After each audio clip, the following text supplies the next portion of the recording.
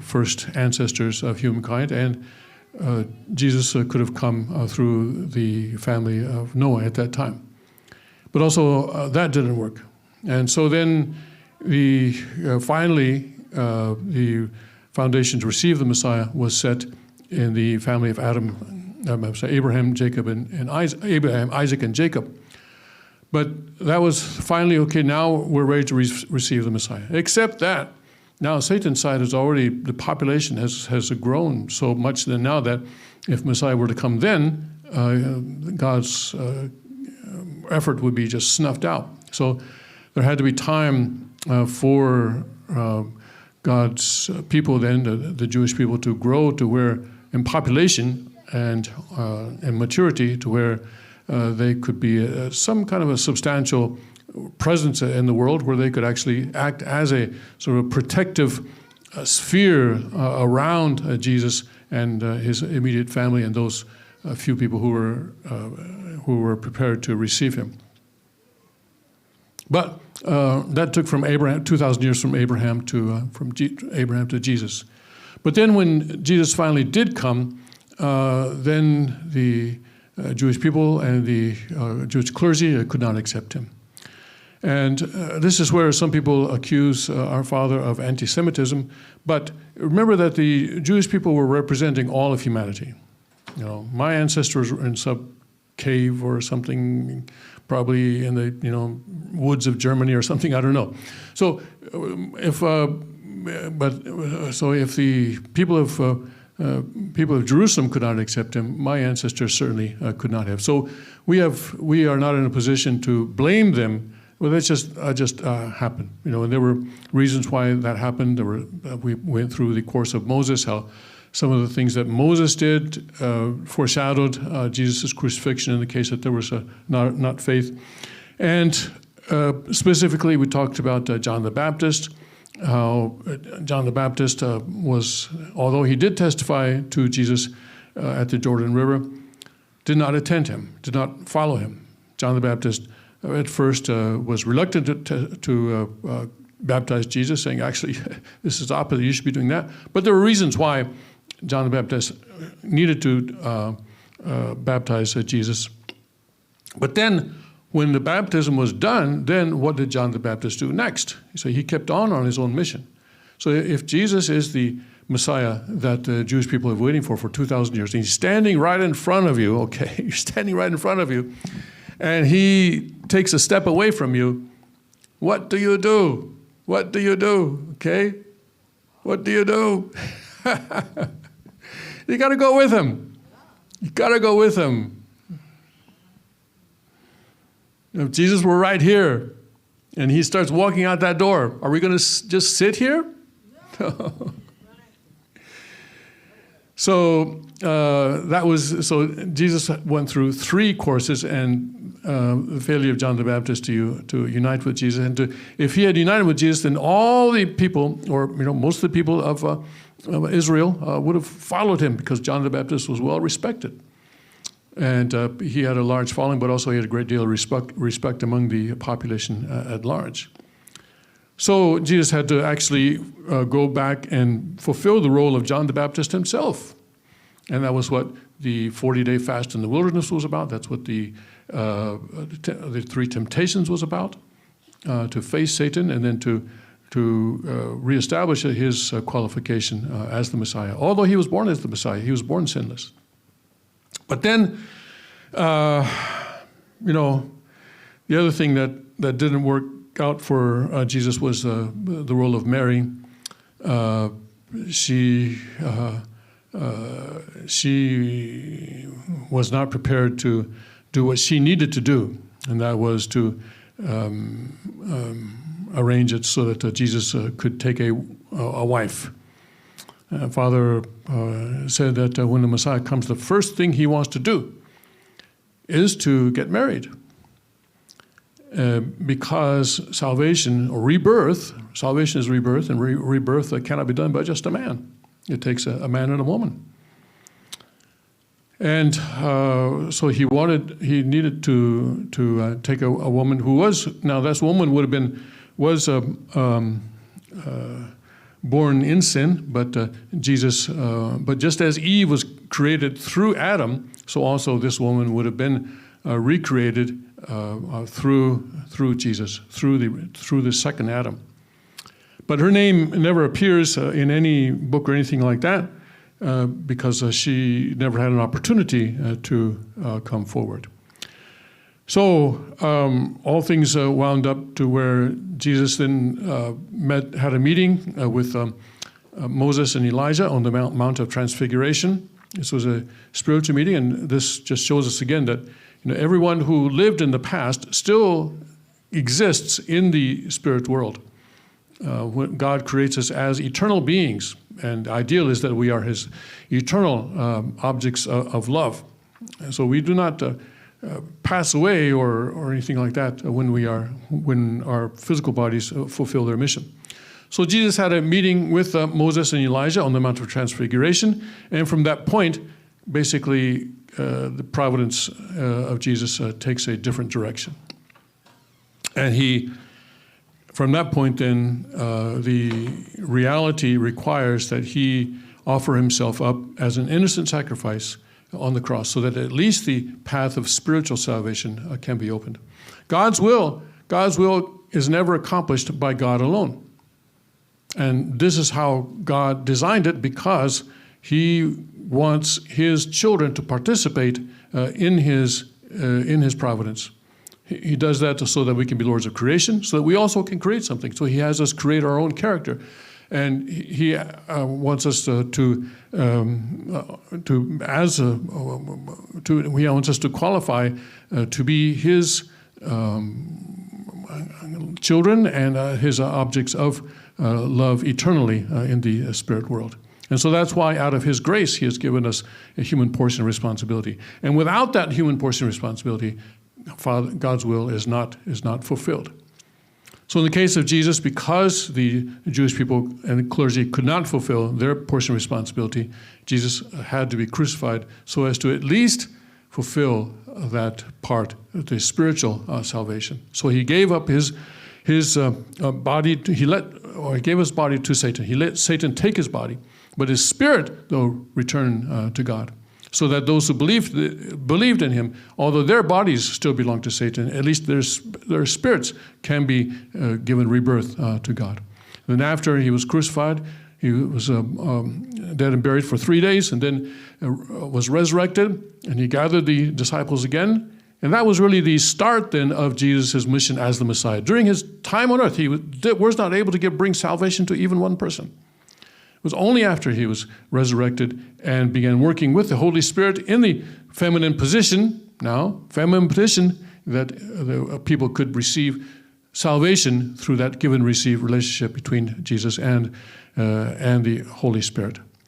But this salvation was only a spiritual salvation. And so, even today, children born into Christian families are born under Satan's authority, under Satan's dominion. And those children, at some time in their lives, have to accept Jesus into their lives in order to receive salvation. So Satan has claim over every child that is born into this world. That's not what Adam was. Satan did not have authority over Adam when he was born. Adam did not have original sin. He did not have to pray. He did not need religion. He did not need salvation because he was in God's lineage. And so today we have the holy blessing, which breaks that lineage of Satan and puts us into God's lineage, so that when there are children that result from that lineage, they are not born in Satan's authority. They are born without original sin. They got a lot of other problems. They got a lot of other sins, but at least in the root, they are born without original sin. Carrie, I can see you bursting with a question. Okay. Yeah, this is such a deep point. And those of us that received the blessing and received forgiveness of original sin, then the understanding that we had was that our children would be born without original sin, which I believe is true. However, I think one of the problems that resulted in our movement as a result of this understanding was that our children, many of them didn't understand the need to still receive Jesus as their Lord and Savior. And because we still have other sins: collective sin, hereditary sin, personal sin. Yes. So would you say that that's accurate, that was a big problem with the... Yes, I would. Yeah. Yes, because even though the root of the tree has been cut, still there is the trunk, the branches, and the leaves. It takes time for that tree to die. And human beings have been sinning for hundreds of thousands of years, 6,000 biblical years, but in reality much, much, much, much longer. And so Satan has his claws in us in many ways. But at least the root is if that is cut off and we can maintain God's lineage and be faithful to His word, then eventually things will gradually become better. Okay. Yeah, it just seems like that's also one of the problems with many people in the family federation is that, okay, Father gave us the role of tribal messiahs to take care of our, of our tribe, and thank you very much. You did a great job, father and mother, so now I'm good to go. Somehow they don't understand that we still need Christ. Well, they'll find out. They'll find out. So let's not worry about them, okay?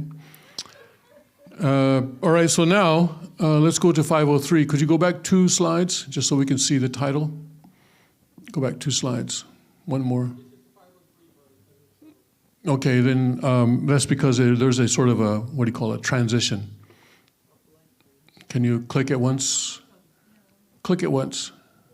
There you go. The true parent and the completed testament age. The completion, conclusion, and finalization of the providence of restoration through indemnity.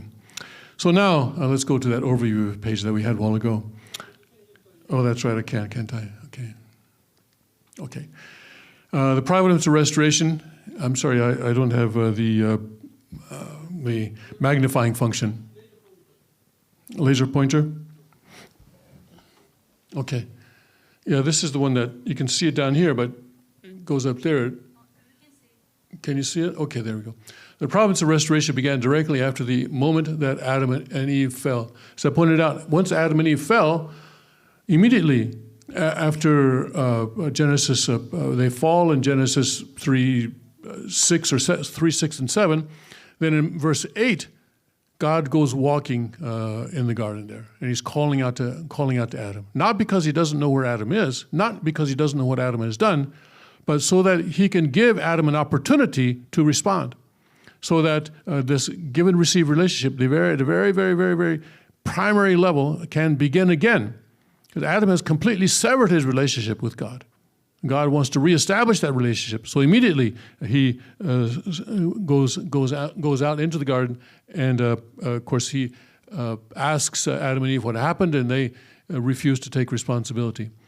And that's also a tragedy right there. If they had taken responsibility, things would have been different. The providence of restoration is divided into 3 distinct periods: the Old Testament era, the New Testament era, and the completed Testament era. The era for the completed Testament era refers to the era of our true parent, Sun Myung Moon. The era of the providence of the foundation for restoration, the era of the providence of restoration, the extension of the providence of restoration are all concluded, and finalized, centering on and through the true parent, who is the returning Lord. So the era for the foundation of restoration is because Adam and Eve fell to a level where they were actually below the rest of creation. The rest of creation didn't sin. So Adam and Eve now are lower than where they started out in their lives. And so we see that in the Old Testament, Cain and Abel are offering crops or animals up to God, because those crops and animals are closer to God than they are. And also Abraham, even up to Abraham, they are offering these things that are found in nature up to God. And then that's the era for the foundation of restoration, and the providence of restoration itself is the Old Testament period. And restoration should have happened during them, and would have culminated in the coming of Jesus. But then Jesus has to come again So now there's the extension of the providence of restoration. And all of these are completed and concluded and finalized, centering on our true parent, Sam Young-mun. 2,000 years from Adam to Abraham was the era of providence and foundation, and then to Jesus was the era for providence. And then while Jesus was intended to complete the providential course for the substantial restoration of Canaan representing the kingdom of heaven on earth, due to the unbelief of the Israelite people, the Jewish leadership, and the disciples, he died on the cross and promised to return again.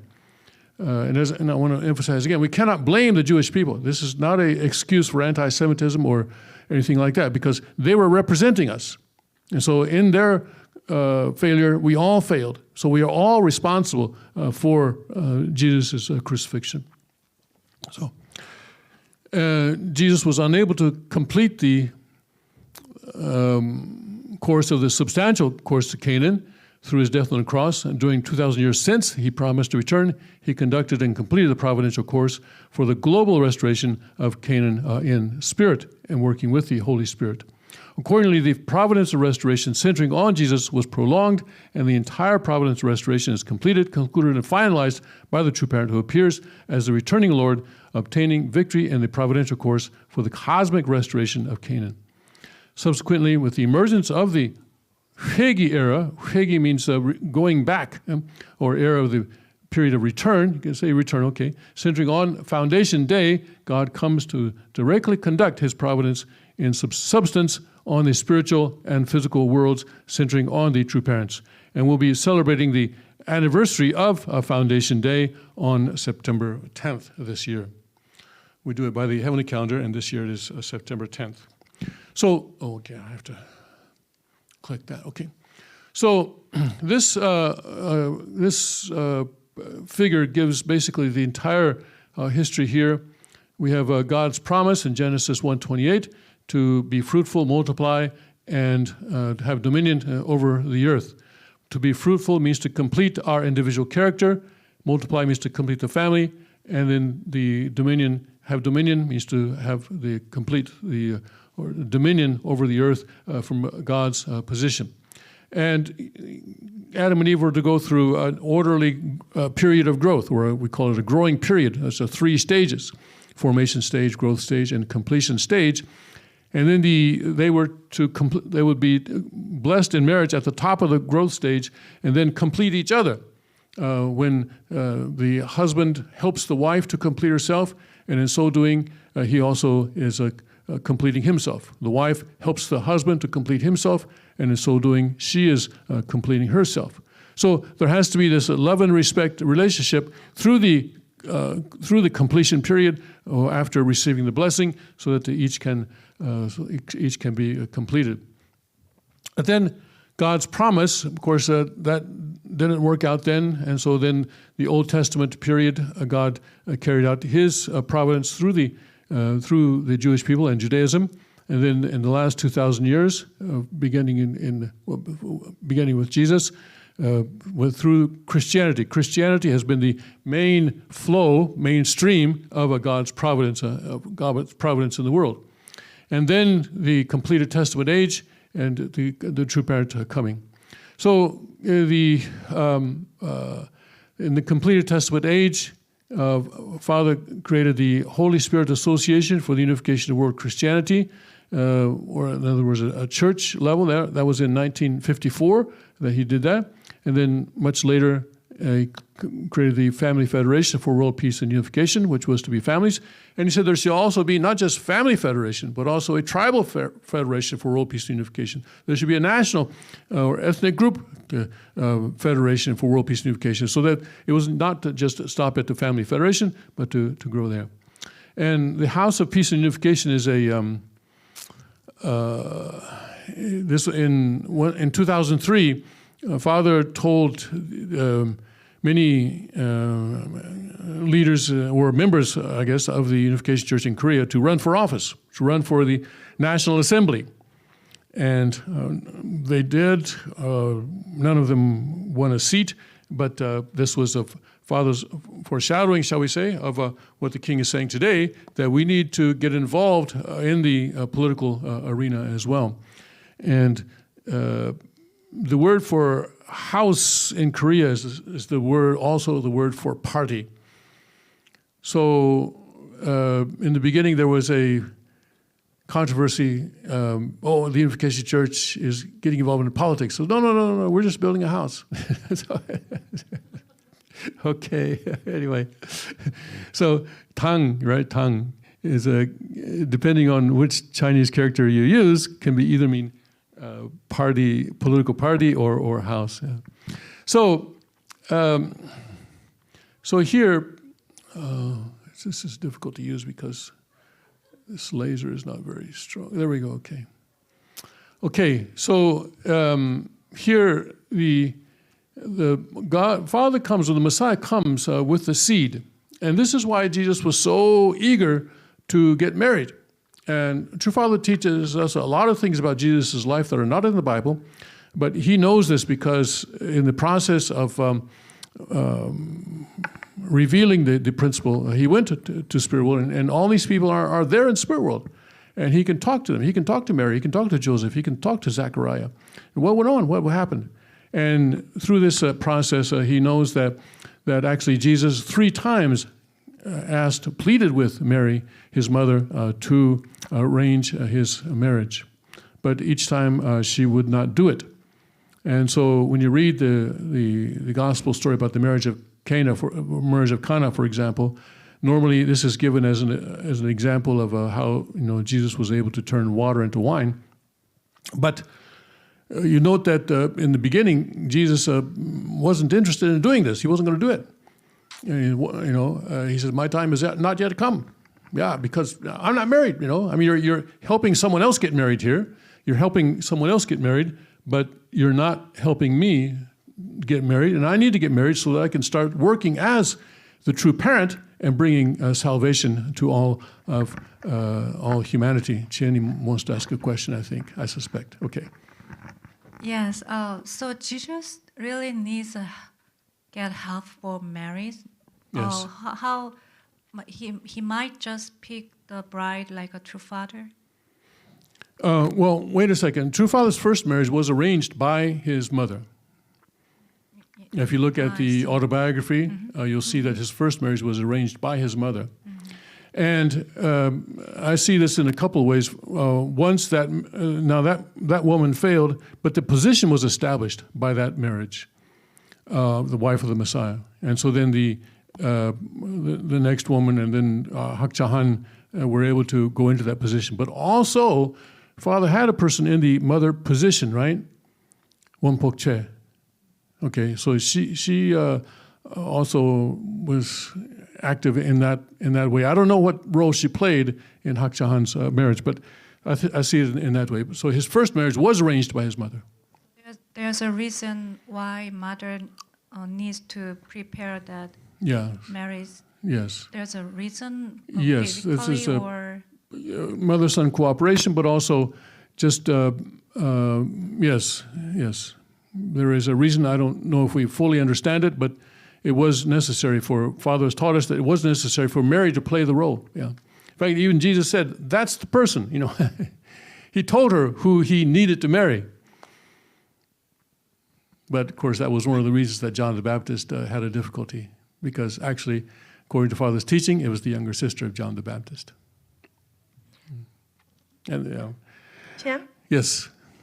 Did Father ever say anything that you know of about Plan B for Jesus' wife? There's been a lot written about and speculated in recent years. I just don't know if Father ever said anything. Well, Plan B would only if that woman would somehow refused or something like that. But that never came into play, right? Because he's only got one mother, and there's no Plan B for the mother. He can't get a new mother, right? So, yeah. So her refusal to cooperate was kind of critical. It was very critical. So I have another question. I realize you're going through so much material in a short period of time, but when we went from HSAUWC to FFWPU, some people said, "Oh, the era of the church is now over." We used to like to say, "We're not a church, we're a movement." Could you explain a little bit more about what Father meant from the transition from HSAUWC to FFWPU, Well, I don't think he meant for one to replace the other. And in terms of the church, the era of the church being over, that depends on the individual, right? As I said, some people even now are saying we should not in the Family Federation. And I get emails every time saying, why is Hyung Jin-nim studying the New Testament and the Old Testament? Why is he studying these things of the past? You should only study Father's Word. And that is true if you have mastered the Bible as well as Father did. If you know this book, not just knowing it, but understanding God's the heart of God that is behind each verse and each word in the Bible. Understand it as well as Father did. So I said we are like children who, because of, we have a very, very influential father, very powerful father who has put us in university, even though we have not graduated from high school or graduated from middle school even. But when we try to look at the university texts, right, we need to go back and understand what the basis of those words are. So yes, we need the church, and also because Father came on the foundation of the Christian church, and that foundation still exists today. So we need to connect Father to that foundation. Yes, there are many patriotic Christians today who, if they understood this material, would be very, very excited to work for Jesus who returned. How exciting is that? Yeah. Okay. But I heard you say that Father didn't mean for FFWPU to replace the church. Could you explain a little bit in terms of, it says indemnity over to the left, so in terms of the levels of restoration or the levels of indemnity, would you see it in that context? Here? Yes. And what are you saying? Well, indemnity. Father talks about the levels of restoration horizontally and we'll get to that in just a minute. So don't more spoiler. Okay, we'll get that. Yeah, but in terms of HSUWC and FFWPU. Okay. So no, not in terms of those, but the Holy Spirit Association was established because the Christians of South Korea did not receive Father as the Messiah. In fact, they persecuted him and put him in jail, and we'll get to that in a minute. So Father originally did not intend to start a new denomination or a new church. He was working within the Presbyterian denominations, or people who would that God had prepared as the John the Baptist figures, in other words, to make straight the way of the Lord. But when that didn't happen now in 1954, he did create the Holy Spirit Association then. And then, so the Family Federation is a kind of a natural outgrowth then of a situation where you have a lot of families now. You have a lot of blessed central families, blessed families. So it would make sense to bring them together in a federation for world peace and unification. Right? Yes. That's all I can say. Those are my opinions, but anyway. Okay, and then you talked about the house, and that you said Father was encouraging people to get into politics, but then you said house is a Korean word that's associated, the Korean word for house is associated with politics. So was that supposed to be something that was supposed to be a vehicle for... Well, in other places it was called the family party. Have you ever heard the family party? You're talking about what Father established. Right. Oh, okay. Yeah. So then it was actually supposed to be a real thing. Real thing. And, okay. Yes. But it didn't work out in Korea. Yes. All right. So, okay. And then the Messiah comes and he brings God's seed with him, and he needs to be able to plant that seed in a woman so as to establish God's lineage on the earth. And he also brings the principle, a new expression of God's truth. Much bigger expression than what Jesus was able to give us. And then through the Holy Wedding in 1960, he becomes the true parent. Right? And then that situation is established. And then also he's spreading now the principle and Father's teachings through there. And then he begins to give the blessing true love, true life, and lineage, and in absolute sex, this teaching through the blessing, which began also in 1960. And then going then to become the realm of the cosmic Sabbath of the parent of heaven and earth. We celebrated that yesterday. That was on the seventh month, seventh day of 1997. And in the unified settlement of the true parent in heaven on earth. Then the coronation of God's kingship, and that happened in 2001 on January 13th. And then also the proclamation then of the ideal of Cheongguk then as well. And then the blessing and holy wedding of the true parent of heaven and earth for the opening of Cheongguk. This was the growth stage holy blessing of True Father Sun Myung Moon and Hak Ja-han. And this happened in 2003. So 43 years after the initial formation stage blessing, he had a second blessing because he's educating and training her this time. Because the true mother, we'll see in just a minute, has to be recreated by Father, in Father, resembling Father. And just as Eve was also created by God through Adam.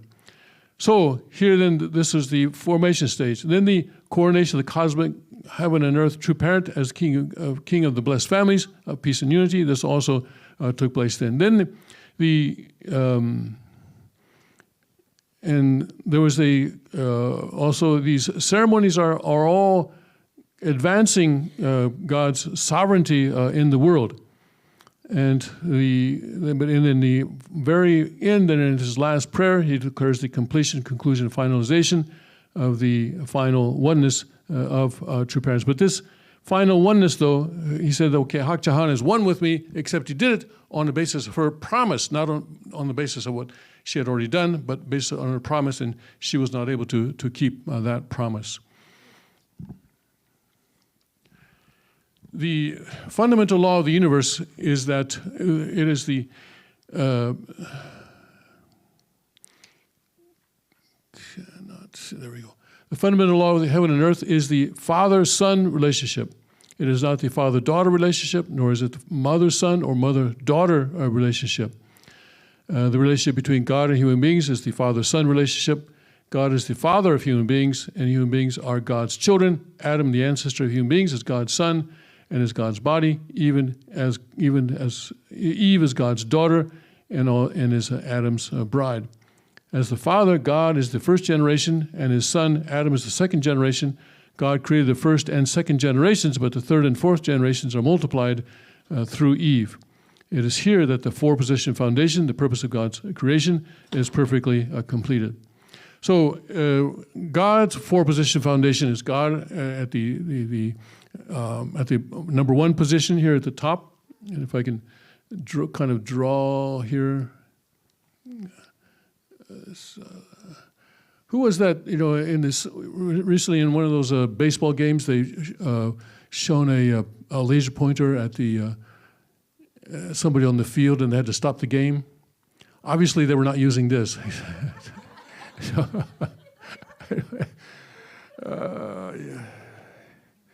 Obviously, they were not using this one. Okay.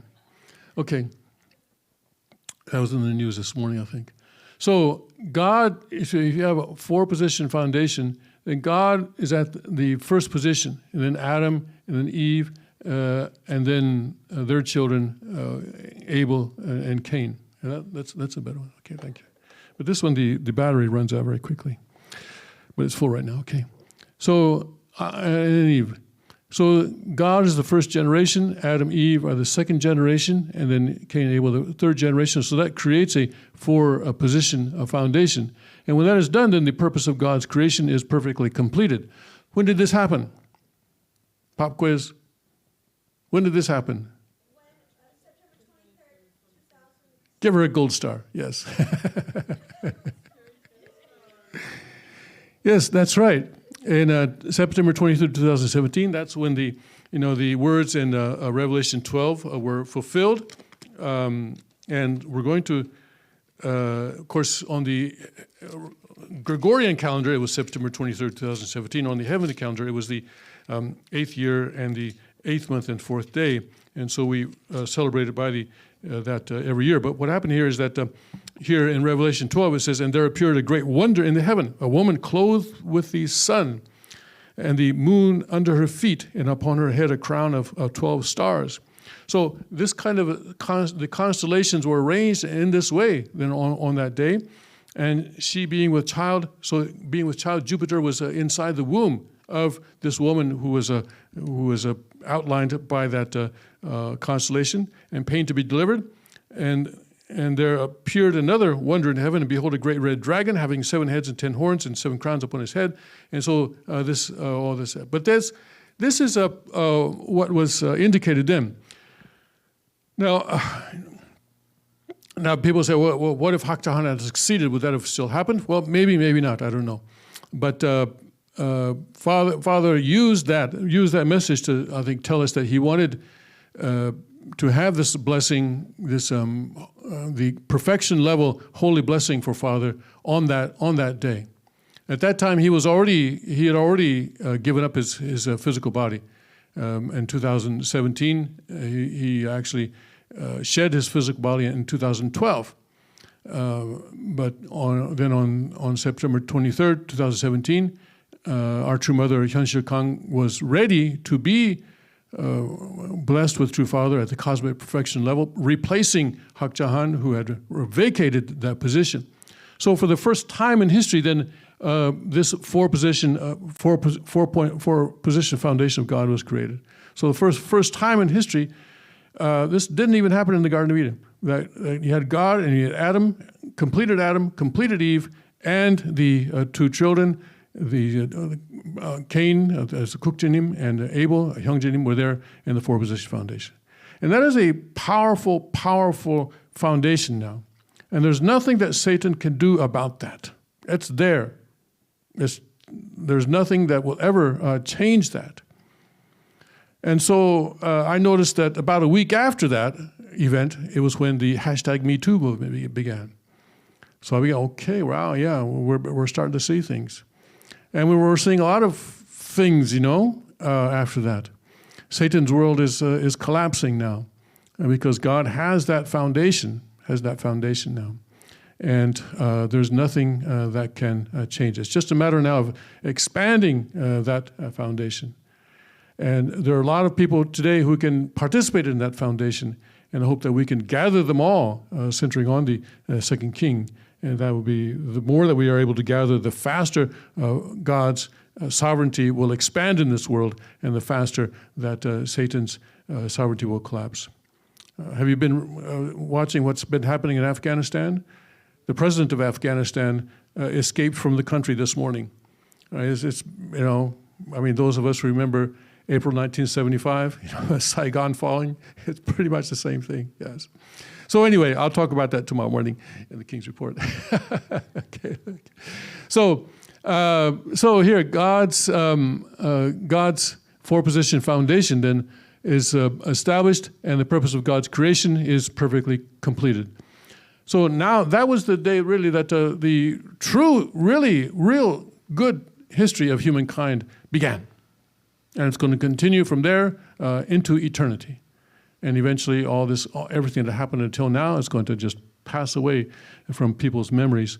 Eventually. We still got a long ways to go, but we're getting there anyway. God's true love is encountered and met through men and comes into our possession through women. Accordingly, if God is the subject, then Adam stands as object. So God is a subject partner, then Adam is his object partner. And when Adam becomes the one body with God, then when Adam is the subject partner, Eve stands as the object partner. Men who are the subject and women who are object partner resemble God, and so, like God, become the personalized substance and body of true love. With the heart to live for others and the heart to invest and give, probably we mean Shimjong here, they must live a life that exemplifies the principle, the heavenly law, and the heavenly order. The king was talking in his remarks today about how we don't grab a hot rock because we know what happens when we do that. And so when we are one with God's heart, God's Shimjong, then we don't sin because we know the consequences of that sin. It causes pain to God, and it causes pain to others, and it causes us pain too. So things are moving forward in that way. Oops. Okay, this one doesn't. I have to switch back to this one for the. Okay. For a human being to become a substantial embodiment of 심정, and 심정 is the irrepressible impulse of the heart to give love to an object partner so as to receive, to experience love and joy. God is a God of love, but he cannot experience love without an object partner. And this is why he created. So God cannot not create, and he cannot not love. Love is a force that flows from the heart of the subject partner into a object partner. And God has to keep on creating. And so that's why some people who say that the universe is eventually going to collapse are not correct. I think some scientists may say that. I tried to research that last night, but I couldn't find anyone who's actually saying that, but I think I've heard it before. It's not going to collapse. Because God continually adds energy to the universe, so it will continue to expand forever. So for human beings to become a substantial embodiment of 심정 and absolute sex, which resembles God. Absolute sex is purity before marriage and fidelity in marriage, although it's more than that, but that's a simple explanation. Who is the original substance of 심정 and absolute sex, he or she must, as God's child, form an ideal family and live in attendance to God. And subject and object partners have a relationship that is analogous to the relationship between a train and the tracks. If the train leaves the tracks, it can no longer advance. Likewise, if a husband who is subject partner and a wife who is object partner depart from the principle, they can no longer proceed toward God. Thus, they must continuously think of the path of the principle and live in a principled manner. So stay on track. In the relationship between a husband, if you have a question, you're going to have to, I don't have eyes in the back of my head, so I keep wondering, does Carrie have a question? Okay. So tell me if you have a question. In a relationship between a husband and who is subject partner and a wife who is object partner, if either of these changes his or her position, the two of them can no longer advance. The other party must wait until the first party returns to his or her position. Father was really very strongly against divorce. He said divorce is, we get married in order to resemble God. So divorce is like tearing God apart.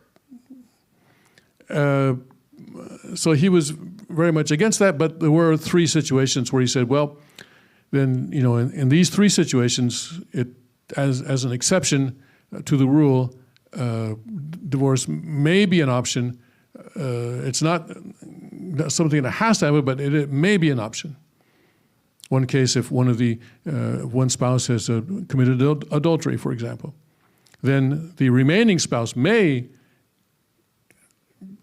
get a divorce, or he or she, the remaining spouse, can forgive that spouse and they can start again together. So it's an option. It's not carved in stone, but it's an option. It's up to the remaining spouse. And the other one is if the one spouse leaves the faith. Also then, it's an option. So the remaining spouse can do, and hopefully will do this, they must wait until the first party returns to his or her position. That is a possibility. And people have done that. People have done that. We've seen people who bless families whose spouse is in the family federation. And sometimes they've waited for years for their spouse to come around. And we've heard really tearful testimonies of when that has actually happened. And somehow they are able to finally to return to True Father's authority together. So keeping the family together, keeping the marriage together is certainly very difficult, but is also very important. And when you think of the heart of God, the heart of Father, when divorce actually occurs, I think if people are aware of that, they will certainly make every possible effort to make that happen. The other case is where one spouse is barren, cannot produce children. But in that case, adoption is certainly an option. Father actually has encouraged people to have adoption because it's important to be able to experience the 심정 of parents as well. So then to return to his or her position. This is what the completed testament era is. It is the era in which human life is expanded to a family, tribe, nation, country, and world, or let's say ethnic group, nation, and world. Can we make that change, Carrie? And the cosmos centering on 심정 and absolute sex through the practice of life that embodies the principle, heavenly law, and heavenly order. So we need to embody God's word, and that can certainly be done by studying the word and understanding it. Yes, What Ken? was the change? So here it says we agreed that we would list these as family, tribe, ethnic group, nation, world, and cosmos, right? Right.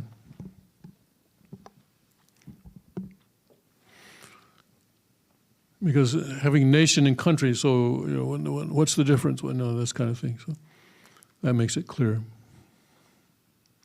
Okay. So the completed testament era is the era of true parents.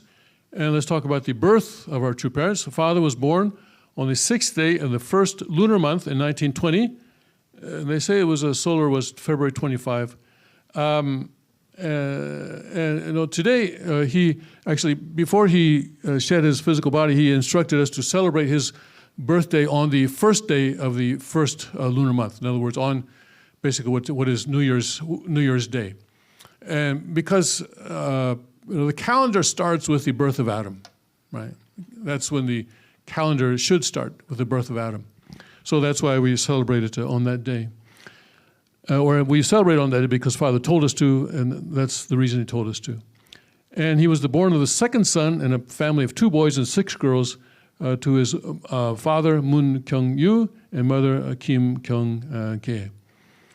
And, okay, well, this was the address. Father was very interested in our knowing this address, 2221 상사리, 도검면, 정주군, 평안북도. So this is today in North Korea, and 평안북도 is a name of a province in one of the provinces in North Korea. Cheongju-gun is a county within that province. 도검면 is the township within that county, and then this is the 상사리 is the name of the village, and then 2221 would be the house number within that village. And Father visited there in 1990. 2. I'm sorry, I don't know. Can anybody help me on that? No. 92. Okay, yes, that's okay. In 1992, and also the second king also visited there later on. Yes. When Father passed in 2012, the North Korean government invited the second king to Pyongyang so that they could express their condolences. And a special sort of condolence place was established in Pyongyang. And one of the senior leaders of the North Korean government came to express their condolences. But when the second king, I say he was invited to go there, but going there was not so easy.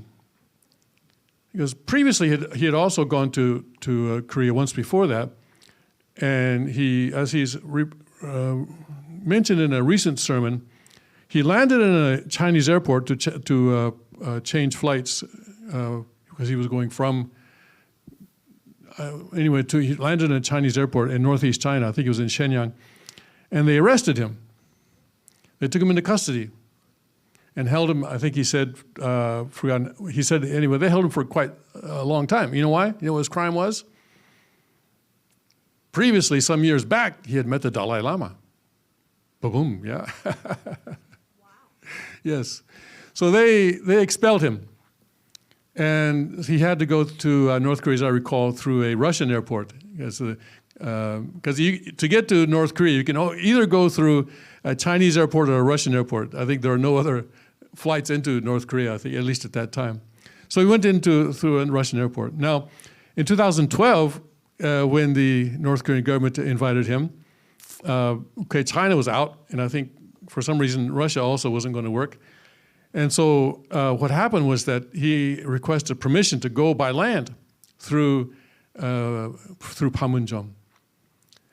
And now for this, sometimes government officials will go, or military officials may go that route, but not a civilian. In fact, I covered the Korean Peninsula as a reporter for quite a while, and I don't think there was ever an instance where a civilian actually went from South Korea to North Korea through Panmunjom by land. Because it requires, that at that time it was under the United Nations command control. So it requires the UN command permission, which probably requires the Pentagon permission, and it requires North Korea's permission to do that. And so both sides have to agree, okay, we'll let this man pass as an exception. Pardon? President Trump, well, he took a couple of steps across. Yeah, I did that. I mean, that's not what I'm talking about. President Trump took a couple of steps. I mean, that's something that journalists were allowed to do. We were allowed to go about 20 feet or so across the line. But this is more. This is going all the way up to Pyongyang. You see, and so the North Koreans. So he met him there with a limousine, and they drove him up to Pyongyang, and then coming back as well. So that required the unity of the two sides in order to accomplish that, which was quite an interesting situation. So anyway, Father was born in what is today North Korea. And the king also visited this village during the earlier visit. And then also, true mother, Hyun Shuk-kang, was born. She was born in South Korea, September 15th, 1927, on the 8th lunar month and 20th day. But we celebrate their birthdays together. And she became True Father's first disciple on May 10th, 1952. And she was elevated to the position of True Mother on September 23rd, 2017, by the Gregorian calendar. But we celebrate the anniversaries on the heavenly calendar, and so that anniversary will be celebrated on September 10th this year. So for a human being to become a substantial embodiment, oops, I keep forgetting to switch this way, okay. Well, okay, I'm in the wrong, okay, I'm better, All right, okay. All right, so restoration of the true parents through indemnity. So Adam and Eve were to become the true parents originally, but they lost that position. They never achieved it. So then True Father arrived on earth and walked a path of indemnity of innumerable sufferings. He was born under Japanese imperial annexation. He was born in 1920, and as we mentioned yesterday, Japan effectively took over control of Korea in 1905, although 1905 was when they took over the foreign policy and the national defense of Korea, although it was actually in 1910 when they formally signed the annexation or the treaty. So this was under an imperialist annexation. And at age 16 by the Korean way of counting, he took on the mission of Jesus Christ after meeting Jesus in prayer at the dawn on Easter Sunday on April 17th, 1935. And he revealed the principle and searched for an organized principle over 10 years, a period from this date until 1945. And the difficulty of finding the principle, he says, and the difficulty of finding the principle was like looking for a particular grain of sand at the bottom of the Pacific Ocean. And the difficulty of a God meeting the true parents, he said, he compared that to trying to catch a particular fish in the Pacific Ocean. So this was a tremendously difficult thing to do, and Father fought with a myriad Satans in both heaven and on earth in order to accomplish that task by 1945. He was tested by temptations of women. He had to gain victory over the temptations of women before he was 23. And victory over temptation of women allowed God to entrust him with the responsibility for all women. And Father tells of an incident that he had when he was doing part of his training, or part of his course, I should say, leading up to 1945. He was a student at the Waseda University in Tokyo. And he was boarding there at a particular home, and the daughter of the owner of that home was quite beautiful. And understand that in 1945 in Tokyo, Koreans were second-class citizens. So this daughter comes into his room, or actually, she actually is there first, and he comes into his room and she's lying there naked. And she insists on having sex with him because she thinks that he's very handsome. And this is something that Satan is also motivating her to do in order so that father would destroy his position. And he says, no, I won't do it. And so then she insists, but then if he refuses, then she might go out and say, oh, he tried to rape me or something like that. And people would believe her over him because Korean is a second-class citizen. And, much similar to black people during the Jim Crow era, you could say. No one's going to believe him. If he says, no, I didn't, they're going to believe her.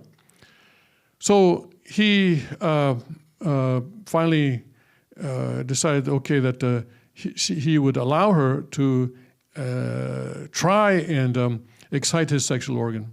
But he said, well, I just can't. I'm not capable. I'm not capable of having an erection, which was not true. But he told her that, and then she tried to give him an erection, and he resisted it and did not. And he later told his disciples that he was kind of half in the physical world, half in the spirit world, to keep from having an erection. But finally, he did not. And so then she apologized and left him. And so he was able to get through that situation. And that was, he says, that was probably the strongest effort by Satan to get him to destroy his position by forcing him to have sexual relations with a woman before before God would allow him to. So but because he was victorious, then God said, okay, you can have authority over all women in the world as my daughters. Now I'm able, because you have been able to have victory over this, you can have authority over all of my daughters in the world. So this gave him the authority then to to give salvation to all the women in the world. Then he went through 7 deaths and resurrections that we know of. One time, I heard directly Father say, at least. There may have been others. Father seems to indicate that there were others, but he chose not to reveal those to us. But the ones that we know of is that the imprisonment and torture under Japanese imperialism, because while he was in Tokyo, he was part of the underground independence movement among the Korean residents who were in Tokyo. And he was sometimes chased by the police. And when he got back to Seoul, or actually got back to South Korea, he was taken into custody by the Japanese police in Korea, because the police there then were Japanese police. And they tortured him about his experience in the independence movement in Japan, because they wanted him to give up the names of everyone who had been with him. And some of those were actually members of the Communist Party, but even those names he refused to give up. So that was, they tortured him in very horrible ways, such as tying his hand behind his 2 hands behind his back, and then stringing him up like this, so that his hands were like that, and then beating him in that way. And also a form of waterboarding as well was also applied to him in his torture. But later on, they eventually released him. Then later on August 15th, 1945, when Korea was liberated, he actually sought out the man who had tortured him and helped him to escape to Japan. This man was living, and even in not so long ago, the Japanese Unification Church looked him up, and he remembered Father and remembered how grateful he was that despite what he had done to Father, that Father actually saved his life because, August 15th, the Koreans were, hey, we're free now, and they're going wild because they've been oppressed for so long, and they're just exploding, not only with joy, but also with hatred against the Japanese. And so all of a sudden, the Japanese who were there are being beaten and many times killed. But he helped this man to escape to Japan.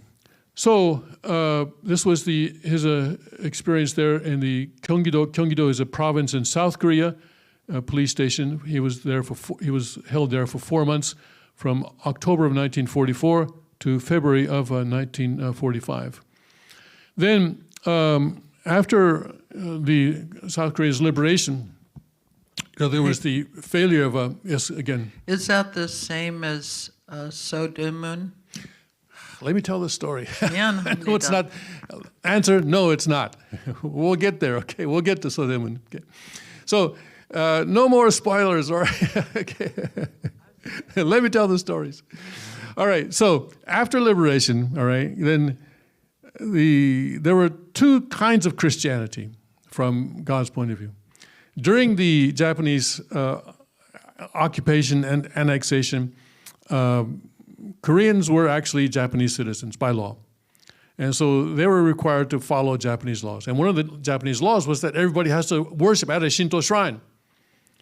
And there were Shinto shrines built around Korea, and especially a big one was built on this mountain that's today in the middle of Seoul, Namsan Mountain. And some Christians said, okay, yeah, we'll go there, we'll bow. We'll pretend, but in our hearts, we're actually bowing to Jesus, all right? We're not bowing to this pagan god. We're actually bowing to Jesus in our hearts. Other Christian ministers, other Christians said, no, we're not going to do that. And they were arrested for breaking the law, and they were put in prison, and they were tortured. True Mother's father was one of those who chose to go to prison rather than bow at the Shinto shrine.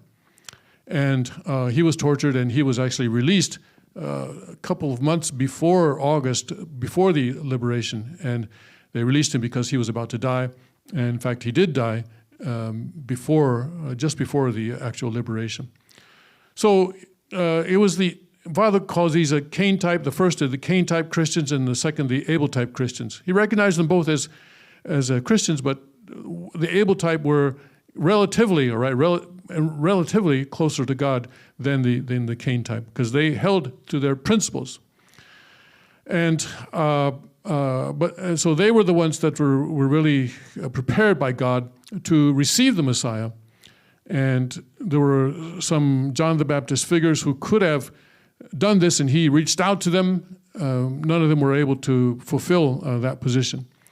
So when Christianity in the South failed, then Father received an instruction from God to go to North Korea. And he had actually left the house telling his wife, Mrs. Che, that he was going to go buy some rice. But he just went to North Korea and left his wife and child behind. So the first, Mrs. Che, very understandable that she went a very, very difficult course in that sense. Anyway, he went to North Korea, and then in North Korea, they caught him here in North Korea. Okay, this is in 1945, October. They caught him with South Korean currency in his pocket. And they said, well, under North Korean law, this is counterfeit currency, because they don't recognize the government in South Korea. So they imprisoned him, and then for a week, then he's released. And also for teaching the principle in North Korea as well. He went there to create a congregation there. And he came out and he continued his preaching, and he was then put into the Pyongyang Taedong station in Pyongyang in August 11th of 1946 to November of 21st of 1946. And then he was put in the Hungnam concentration camp for 2 years and 8 months, from February 22nd, 1948 to October 14th in 1950. And it's this date that we commemorate each year on October 14th, because it was this day that he was in a prison camp where the average life expectancy in the camp was 6 months. When the Japanese evacuated Korea, they evacuated this one fertilizer factory that was in the Hungnam, which is on the east coast. And they had left a huge, mountains of ammonium nitrate there. And so the prisoners were conscripted to put this ammonium nitrate into bags, burlap bags, and so that they could be shipped to the Soviet Union. And of course, there was no, the OSHA wasn't there. The Occupational Safety and Hazard Administration was not there. So they would, ammonium nitrate is an extremely toxic substance. And so it would burn through their skin, and they were breathing in the fumes of this. And also there was sulfuric acid that was involved in that factory as well. So they were in extremely toxic, chemically toxic working environment, not to mention the fact that they were, prisoners being pushed. They had a quota which they had to meet, and if they didn't meet that quota, then their food rations were reduced. And so an extremely difficult situation there. So people were dying quite frequently, and they were not given enough rations. Hunger was such that when a person, there was at least one incident where someone actually died in the process of eating their ration during a meal, and they still had rice in their mouth. And the other prisoners went in and took the rice out of this guy's mouth and ate it themselves because they were so desperate for sustenance. So Father survived there from February 48 to October of 50. So about 2.5 years there. And then on October 14th, then this was now after the Korean War broke out. The Korean War broke out June 25th, 1950, and first the communists went all the way down to the Busan perimeter, but then General MacArthur led the Incheon landing in September, and then they were pushing up then to the Chinese border. And in the process of doing that, on October 15th or October 14th, the Allied forces bombed the prison where Father was being held captive. And he told the other prisoners, just stay within 10 meters of me, stay within 30 feet of me, and the bombs will not hurt you, will not kill you. And those who did stay within that perimeter did survive. Anyway, the bombing destroyed the walls, and the prison guards had all run away, and so Father was able to just walk out of that prison. So he walked out of the prison on October 14th, 1950. And I think, anyway, so he was this was when he was by Western County, he was 30 years old then. This was a providential victory. He was liberated by UN forces when he was 30 years old. Joseph was made prime minister of Egypt when he was 30 years old, and Jesus was to have been king of Israel when he was 30 years old, but he was crucified through the faithlessness of the people at that time.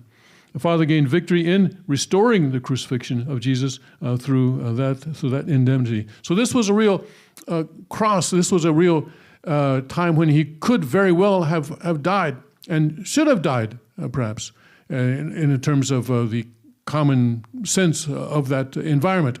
And certainly the North Korean government was expecting him to die.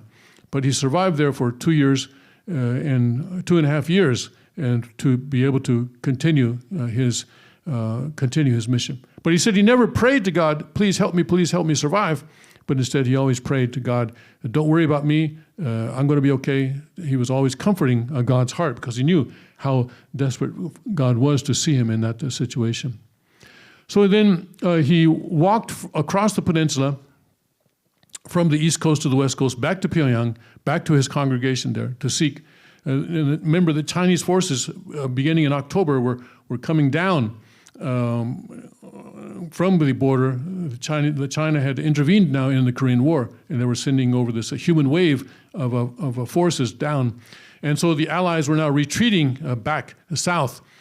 And instead of going directly south, he walked west to Pyongyang to seek his congregation. He spent a month or so in Pyongyang looking for people, and he was only able to find 2 people. Everybody else had already gone. But he found one man who had been with him in the prison camp. And this man was not part of his congregation. He was actually in that camp as a former North Korean army officer. And he had been court-martialed for some crime and put in that camp as a prisoner. But because he was a North Korean officer, or had been, he was given kind of a special status, so he was kind of a shift boss or something like that. So he had authority over other prisoners. And he was released before Father, and he went back to home, and his family neighbors beat him and actually broke his leg there. And they left him to die. You know, when the communists come down, they're going to kill this man because he's a traitor to the North Korean army. So he put that man on a bicycle, and he also found one young teenage boy, Won-pil Kim, who was a very long time disciple of Father at that time. So they made their way down then to Seoul, and then eventually to Busan, and the North Korean forces came down below the 38th parallel and were again pushing down south. This time they did not get all the way to the Busan perimeter. This time the Allies were able to hold their advance kind of midway down South Korea and then to push back up. And anyway, he created a house, or you could call it a house, a hut, I guess, a hut out of cardboard from U.S. Army rations and mud and a tin roof on a hillside overlooking Busan. And you can probably read True Mother's testimony about what that hut looked like. It was but anyway, beginning in May of 1951, he began to write the handwritten copy of his teachings. Now, he had created a manuscript in North Korea already. And when he went to prison, he entrusted it to someone there. And later on, that person said, well, I buried it somewhere, and I can't remember where. So unfortunately, that manuscript appears not to exist, or perhaps some archaeologist in the future will come up with it, I don't know. But anyway, as far as we are concerned, it is lost. So he handwrote this. He spent a year writing this by his hand from May 10th to May 11th. This was the first time that, as far as is available to us today, that his teachings were put down in writing. But that itself was let's see, okay. Okay, so we'll get to that later. Okay, so then, Tim? Yes. Just before we move on, I have some questions about what you just covered. Okay. Why was Father living in South Korea with Mrs. Che and his son when he traveled north? He was from North Korea originally. Why was he living in the South? Well, he was in Seoul. He was in Seoul. Right. He had come back from the Tokyo. He had come back from his studies in Tokyo before then, and the Korean Peninsula had been divided at the Yalta Conference, where the Allies decided, okay, we have to have a way of disarming the Japanese military on the Korean Peninsula. Who's going to do this?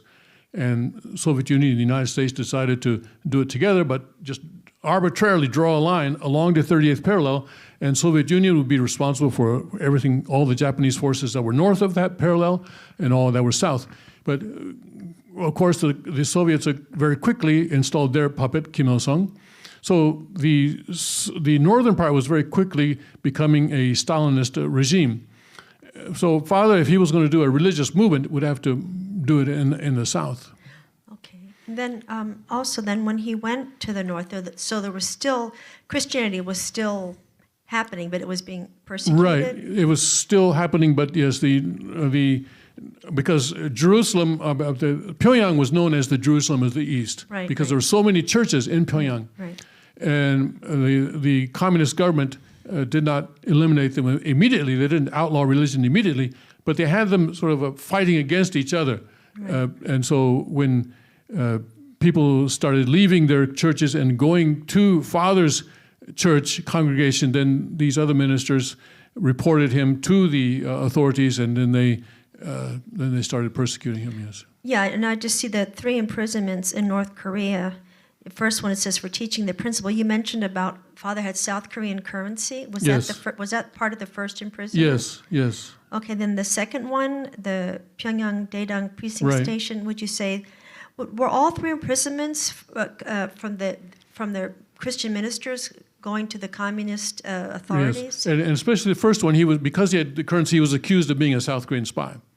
I see. Yeah, and that was part of the accusation as well. But it was all from the Christian ministers. But I don't think the first one so much involved the Christian ministers, because you can see it's in October of '45 when he hadn't yet done very much in North Korea. Where's the first one? So that was from being a South Korean. Right, right. They thought he was a South Korean spy. Well, that was they accused him of. Yes. Okay, but he was already preaching religion, and so that in itself. But the reason that they used was the currency, and you must be a spy, and this kind of thing. Yeah. Okay, and then also Mrs. Oak, who Mother spoke about, who came to see Father when he was in Hungnam. She followed him in North Korea. But then suddenly she shows up. She's with him in the south. Did she just get there on her own? On her own, yes, on her own. 2 or 3 people aside from that also got down there on their own. Yes. I see. Thank you. By the time he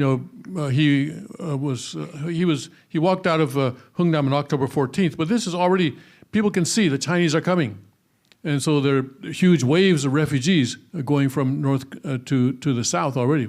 People want to escape. This is their last chance to get down there. So Father was in North Korea for about a month after he escaped from the Hungnam prison, looking for his disciples. Yes, and then including, if you also include the trip down to Seoul, I think he arrived in Seoul around the end of the year, so about 6 weeks. Yeah. Thank you. So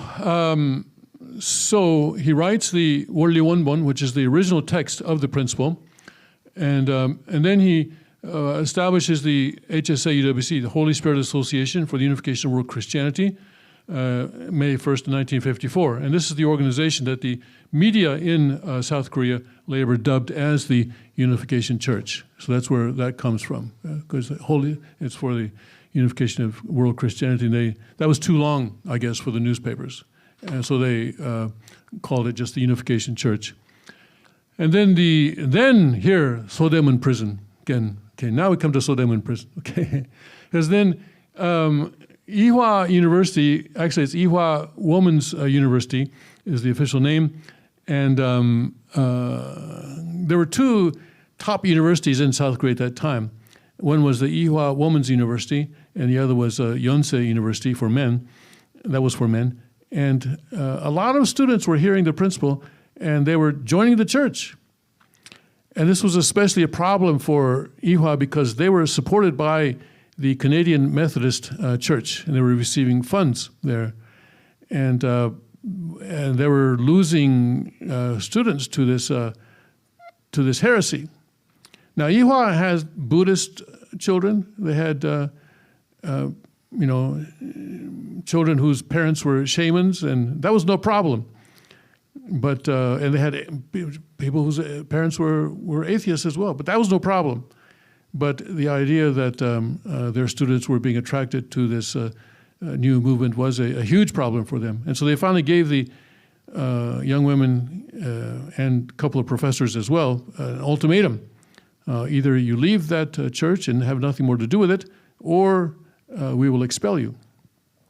And a number of students chose to remain with the church, and also one of their professors as well, Dr. Young-Eun Kim, who will come up later. And so they were expelled from the university, and Father was imprisoned, ostensibly for sexual immorality. But as I think I mentioned last week, actually the actual charge that was brought against him was draft dodging. And his defense was, well, I was in a North Korean prison camp. So I couldn't, I'm sorry, I missed my deadline to draft, but you know, talk to the North Koreans about it. They were keeping me there. So when I was in Korea, I was able to read the actual court document, the actual court judgment, and it stated that the father was innocent. So he was kept, in that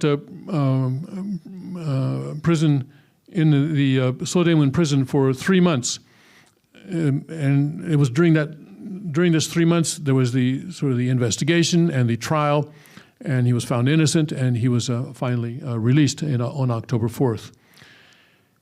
And then this was a situation where the president of Ewha University was a woman who was married to the vice president of the country, and so there was clearly a political thing going on there. And then in the United States, he was imprisoned in Danbury Prison in Connecticut from July 20th, 1984 to July 4th of 1985. And this was for allegations of tax evasion. And I think it was pretty widely agreed that this is something that the IRS did against their own policy. First of all, the account itself was not, it was held in his name, but this was true with a lot of Christian pastors who hold church funds in their own name. And then the IRS said that, well, the interest that was earned on that account should have been reported as a personal income. And it was not a lot of, how much are we talking about, $2,000 by the interest? A very small amount compared to what the IRS usually charges people with. They don't send people to prison for that kind of an amount.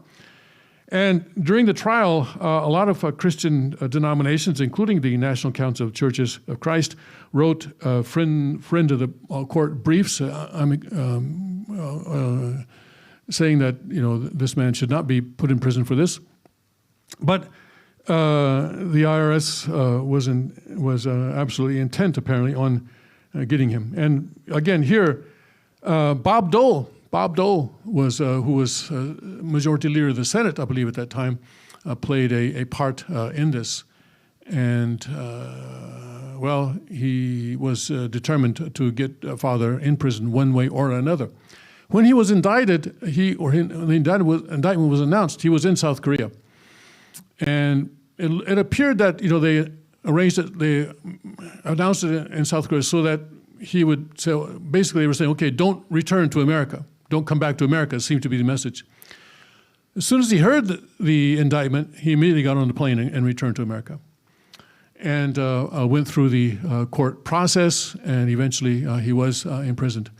This is a tremendous miscarriage of justice, which is, I consider to be a huge black mark on the history of jurisprudence in this country, that we put the Messiah in jail. And that needs to be corrected. That needs to be expunged.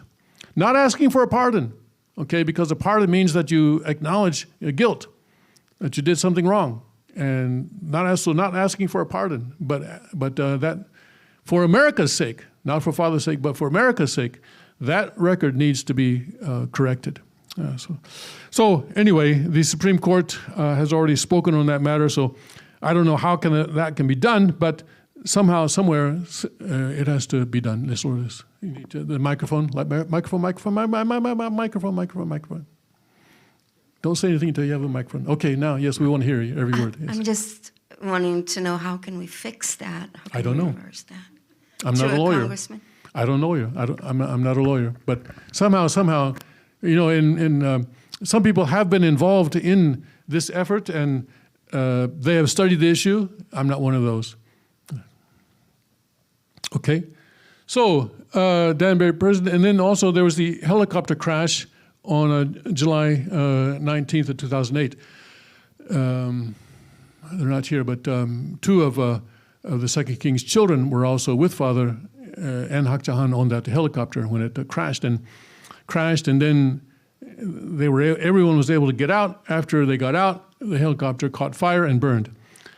And it was, of course, investigated. It was a Skorsky helicopter, so the U.S. NTSB became involved, and the South Korean, the safety officials became involved.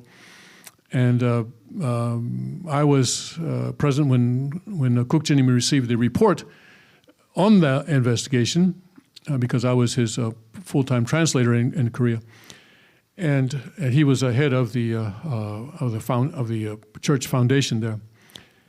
And the investigators were amazed that everyone had gotten out, that there were no serious injuries.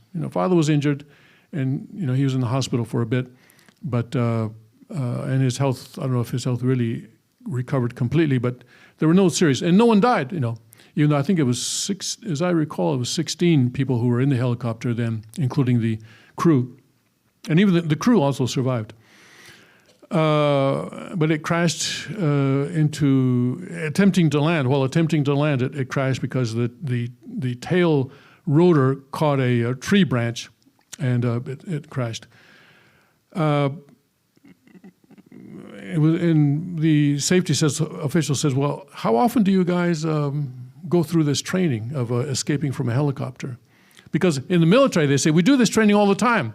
Even then, we're not confident, or actually, even then, people still die in these kinds of crashes. But you got everybody out of there without anybody dying. Just how often do you do this training? Of course, we don't. But everyone knew what their role was, that they had to get Father out first, and they had to get Hak Jahan out next, and then the children out after that. And there was, usually when something like this happens, everyone's rushing towards the door, right? And everyone, I want to get out first, and as a result, everybody dies. Of course, it was very fortuitous, shall we say, that the helicopter, when it crashed, landed in a way that the door was on top. If it had been the other way, 180 degrees down, then the situation would have been much more difficult, I'm sure. But that was also, they stopped just short of a large rock, which was also, praise God. But anyway, Father said this was also a death and resurrection experience. He should have died, or anybody else would be expected to die. But that did not happen. Yes, the second king was not on that helicopter, but two of his children who are with us today were on that helicopter. So these were the 7 deaths and resurrections that I know of, that we know of. But Father, I heard him say "chokodo," which means at least. So I guess there were others that we don't know about, and we don't know all of Father's course. And he,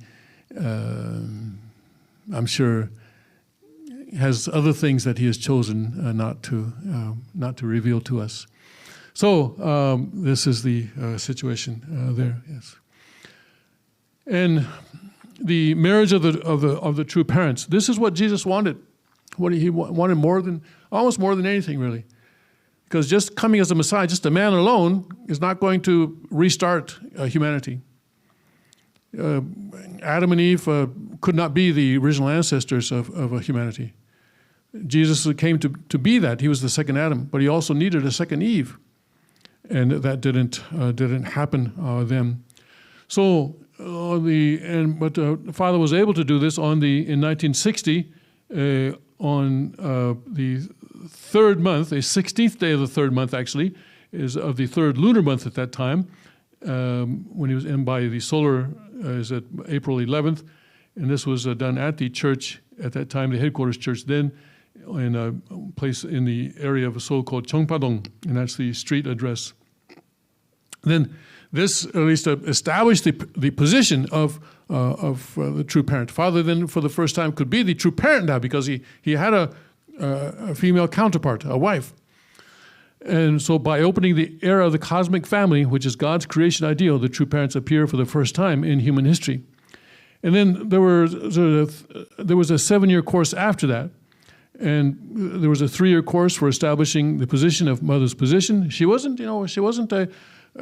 automatically in that position from the start, regardless of what she may say now. And then there was a 4-year course for the period of establishing the true family position. And during this first 7-year course, Father established 4 holy days. The first one that he established was Parents' Day, and this is the first day of the 3rd lunar month in 1960. Actually, he established this day in 1961, but he said, we're establishing it based on what happened last year in the 3rd lunar month. So we count that day in 1960 as being the first Parents' Day. And then the second, once you have parents, you can have children. And this was established in the first day of the 10th lunar month in 1960. And this year we'll be celebrating this, I've forgotten the exact date, sometime in November. And then once you have parents and children, you can have property. In other words, you're now taking things back from Satan and to God.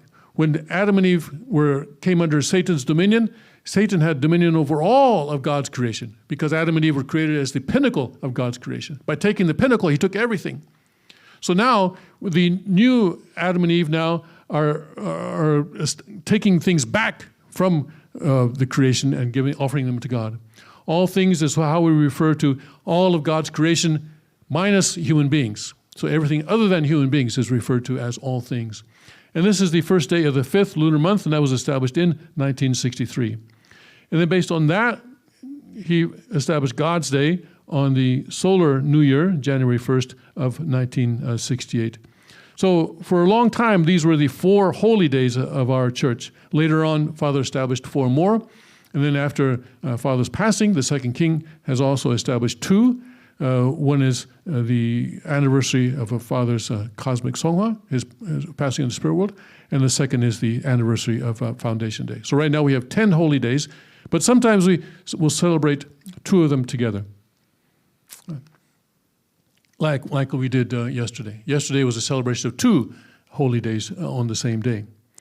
So by victoriously restoring through indemnity, in the name of the true parent, the vertical and horizontal 8 stages, and we'll get to that, we'll get what these stages are. He established by the false parent here being Satan. Satan was now the false parent of humanity, not the true parent. The true parent brought the providence of restoration through indemnity to completion, conclusion, and finalization in the Jubilee year, 50 years after true parent's holy marriage. So then in 2010, this is what happened. That was the Jubilee year. That was a 50th anniversary of the original marriage, the first marriage in the formation stage. 2003 was the growth stage, and Reverend teaches that, and he gets this from Father, that originally he wanted Foundation to be and the perfection stage blessing to be in 2010. But things were not ready. Hak Jahan was not ready. She was not uniting with Father in 2010. So he extended it a little bit, and finally it happened 7 years later in 2017. So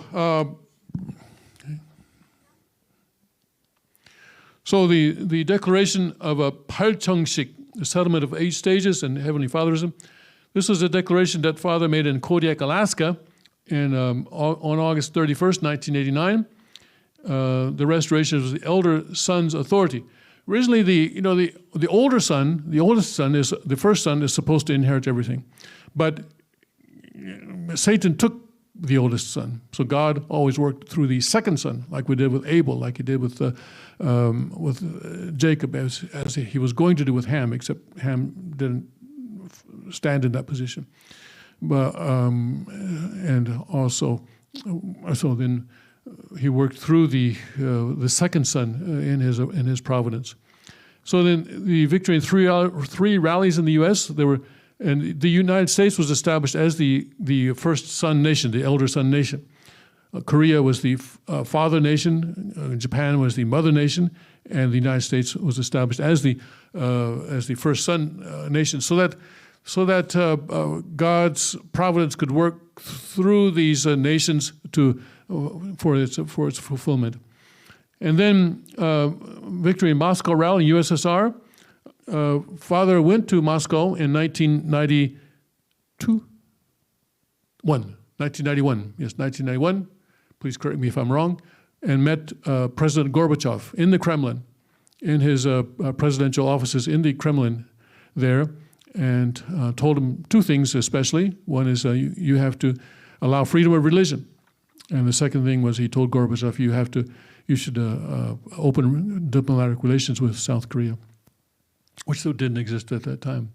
So you had to accept religion and believe in God and abandon communism. Do not shed blood, but establish diplomatic ties with South Korea. This was his message to Gorbachev when he met him in person there in the Kremlin offices. And I will help you, he said. And Father took 3,000 young people. Maybe some of you were involved in that effort. Okay, Scott was involved there. Okay. 3,000 young people were taken from the Soviet Union to the United States. And the State Department allowed this. And also they were educated in the Soviet Union, weren't they? Also in the United States? Yeah, okay, both. Later in the United States? Okay.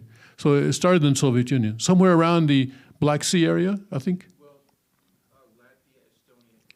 Latvia, Estonia, that area? This is the Soviet Union, so Latvia and Estonia are still part of the Soviet Union. That's correct. Uh-huh. We landed in Riga and we took a long bus trip. I think we ended up in Estonia. We had Twin Lakes near a town called Daugavpils. Mm-hmm. And wow. We got to see it firsthand. It was great.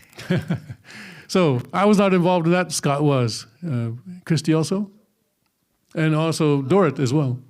Yeah, well, also I went there twice, and they educated the teachers at the place near the Caspian Sea that the Soviet military used to vacation there. So we went to those facilities. Yes. And they, they were very enthusiastic and wanted to have this teaching, God and I, in their schools.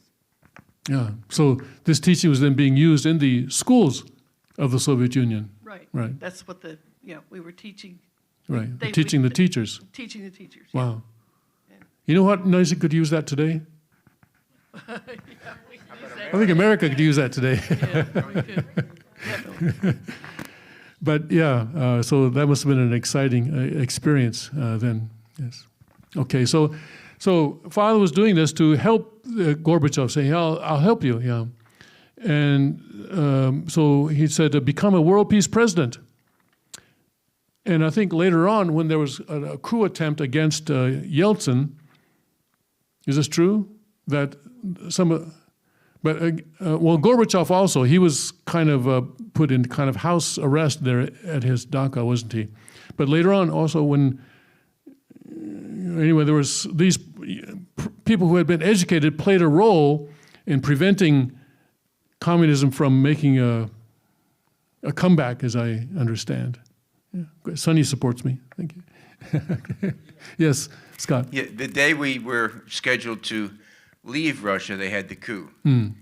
And this is when, well, we were still in the Baltic state, right? But during the night we took a train into Moscow, right into the main part of it. Right. People were being killed in downtown, and we thought we were going to the gulag. But you got out of there in time.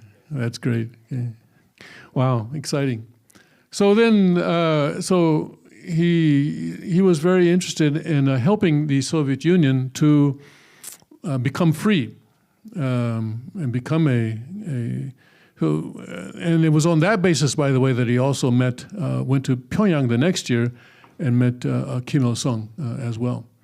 In fact, as he was coming out of the Kremlin, he turned to his chief aide and said, okay, now arrange a meeting where I can meet Kim Il-sung. As he was coming out of the Kremlin. So, and he did accomplish that the following year. And so then the restoration of parents' authority in the summit with Kim Il-sung then happened, where the trip to North Korea happened between November 31st and December 6th of 1991. And I was sort of, a little bit indirectly involved in that because I was actually part of the entourage that was supposed to go with Father to Pyongyang.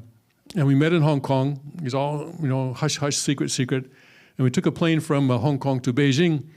And we were staying in a hotel in Beijing. And some people were making the last-minute arrangements with people in Pyongyang, with the presidential office there. And a message came from North Korea. If this is a meeting of brothers, the North Koreans said, what are all these foreigners here for? We'd all put our luggage into one pile so that next morning it could be loaded into the plane, and we'd all get into the plane. I guess there were about 50-ish, I guess, of us. I was there, and a bunch of other people were there. There's a photograph, actually, that was taken in the VIP room of Beijing Airport, and everybody can see who's in that photograph. But so we got that message, and so you could go to North Korea. They didn't have a problem with a person going to North Korea if they had a U.S. passport. The color of the passport was not the problem. It's the color of the skin. If you were ethnically Korean, they didn't care about your citizenship. And so people like Peter Kim, for example, he had a U.S. passport, but he had no problem because he was ethnically Korean. But those of us who were not had to stay behind. And so we were in that hotel in Beijing for a week. And my job then was to receive the reports from North Korea and then to transmit this to our newspapers in Seoul and in Tokyo, and maybe also to the Washington Times at that time. And the North Koreans took Father around, and he was treated as a VIP.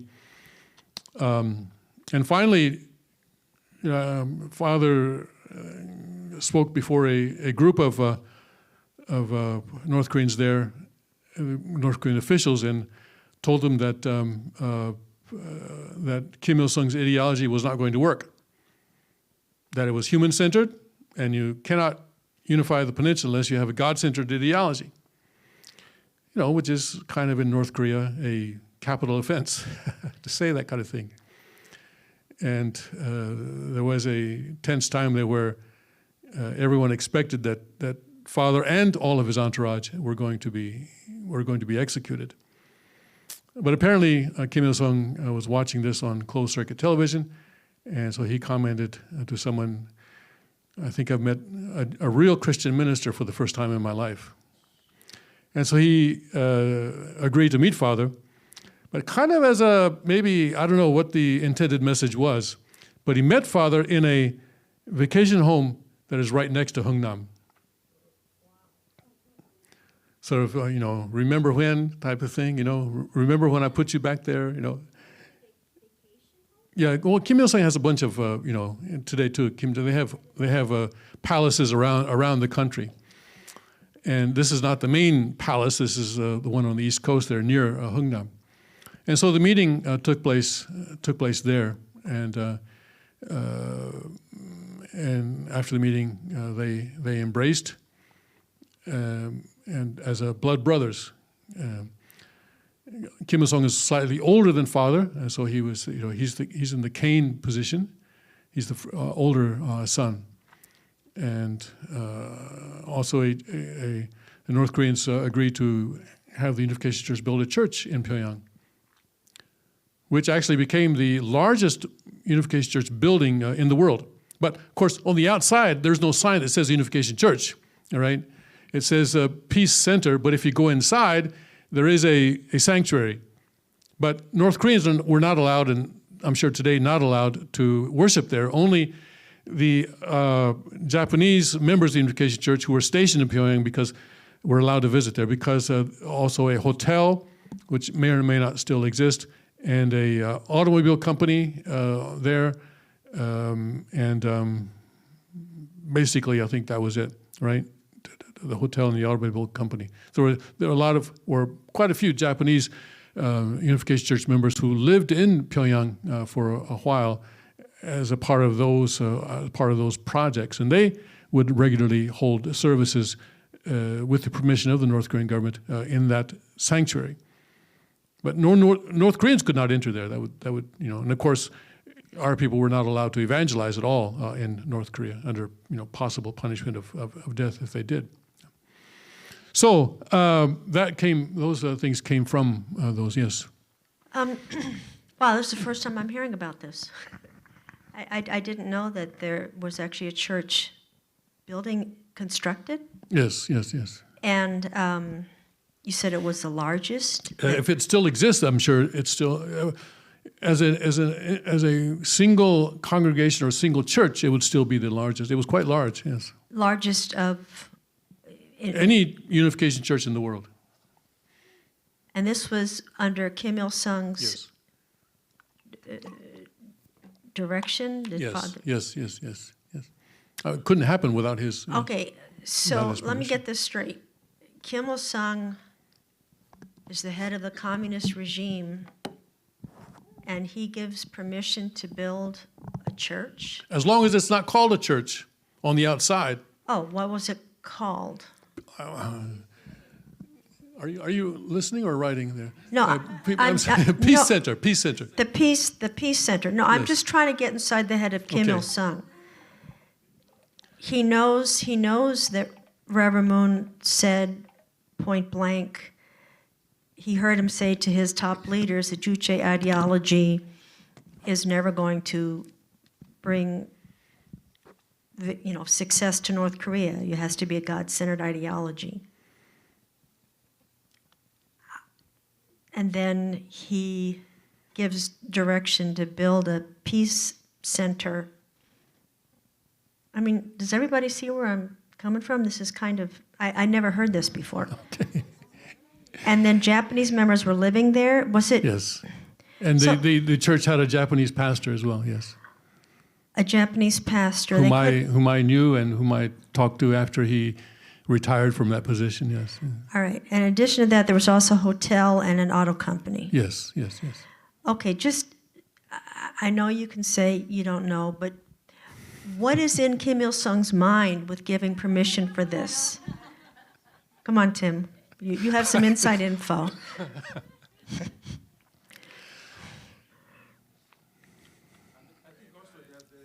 Sunny, yes. Give Sunny the microphone. Yes, okay, Kumgang-san. I was wondering whether I should bring that up or not because that was actually taken away later on. But anyway, yeah, okay. Okay, that's what I heard. Okay, all right. The authority to develop the Kumgang-san area, the Diamond Mountain area, as a tourist resort was also given to Father. But Hyundai Group later took that away. Or how do you pronounce it? Hyundai? Yeah, it's a whole lot more than a car company. They're also a shipbuilding company. They're also do a whole lot of other things. Yeah. Yes. Yes.